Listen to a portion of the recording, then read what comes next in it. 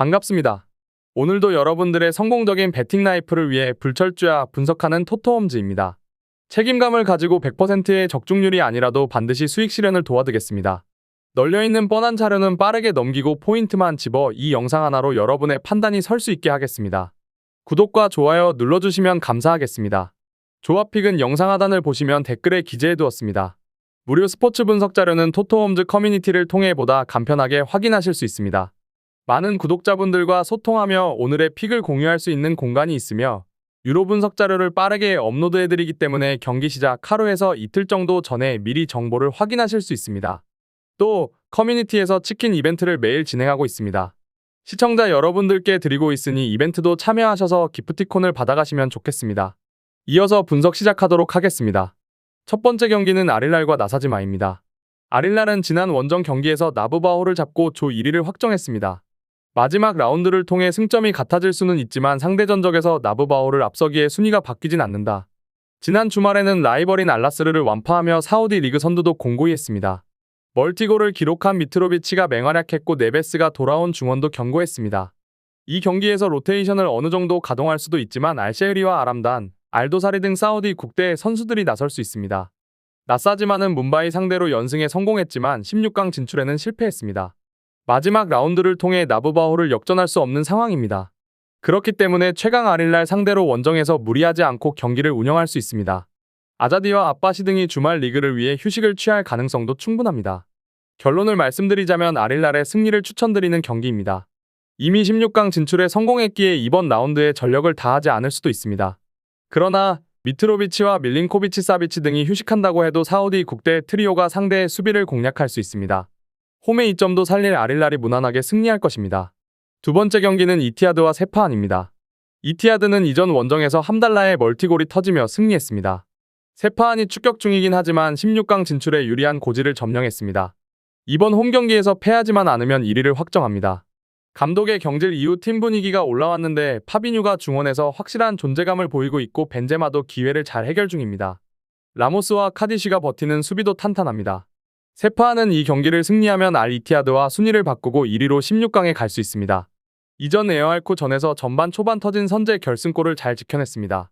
그 경기에서 주전 센터백인 모하마디와 중원의 사령관인 마할렉 콜라이가 퇴장을 당하며 이번 원정에 나설 수 있습니다. 결론을 말씀드리자면 아리티하드의 승리를 추천드리는 경기입니다. 홈에서 최상의 조건으로 나서도 쉽지 않은 상대를 만나 세파하는 상황이 좋지 않습니다.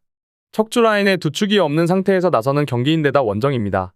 벤제마가 풀타임을 소화하며 상대의 수비를 몰아칠 아리티하드가 승리하고 조 1위를 확정할 것입니다. 세 번째 경기는 토리노와 아탈란타입니다. 토리노는 지난 라운드 패배로 인해 두 경기에서 승점 1점 추가에 그쳤습니다.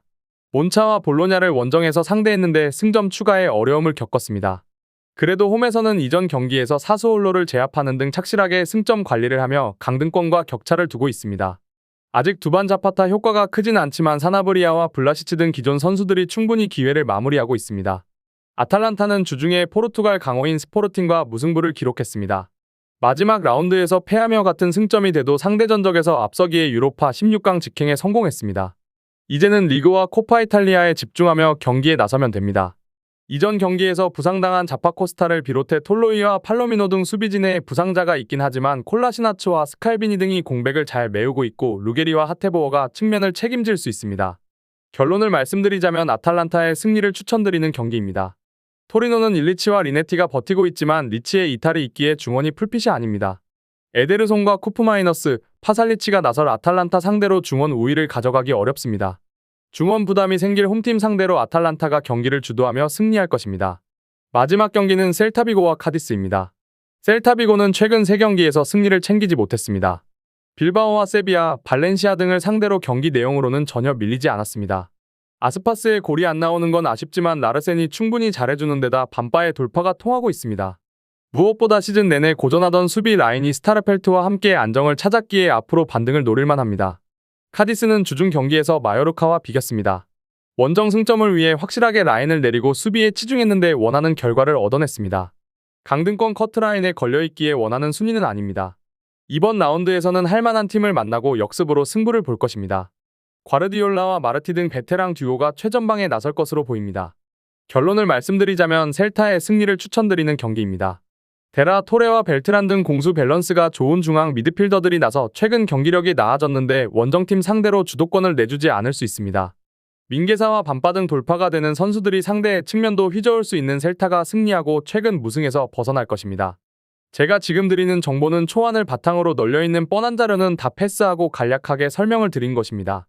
추가적인 조합을 원하신다면 구독과 좋아요를 눌러주시면 감사하겠습니다. 더 다양한 경기에 대한 세부적인 분석과 결과를 궁금하시다면 영상 하단에 고정 댓글을 확인해주세요. 여러분이 건전한 스포츠 문화를 즐기실 수 있도록 항상 최선을 다하도록 하겠습니다. 시청해주셔서 감사합니다.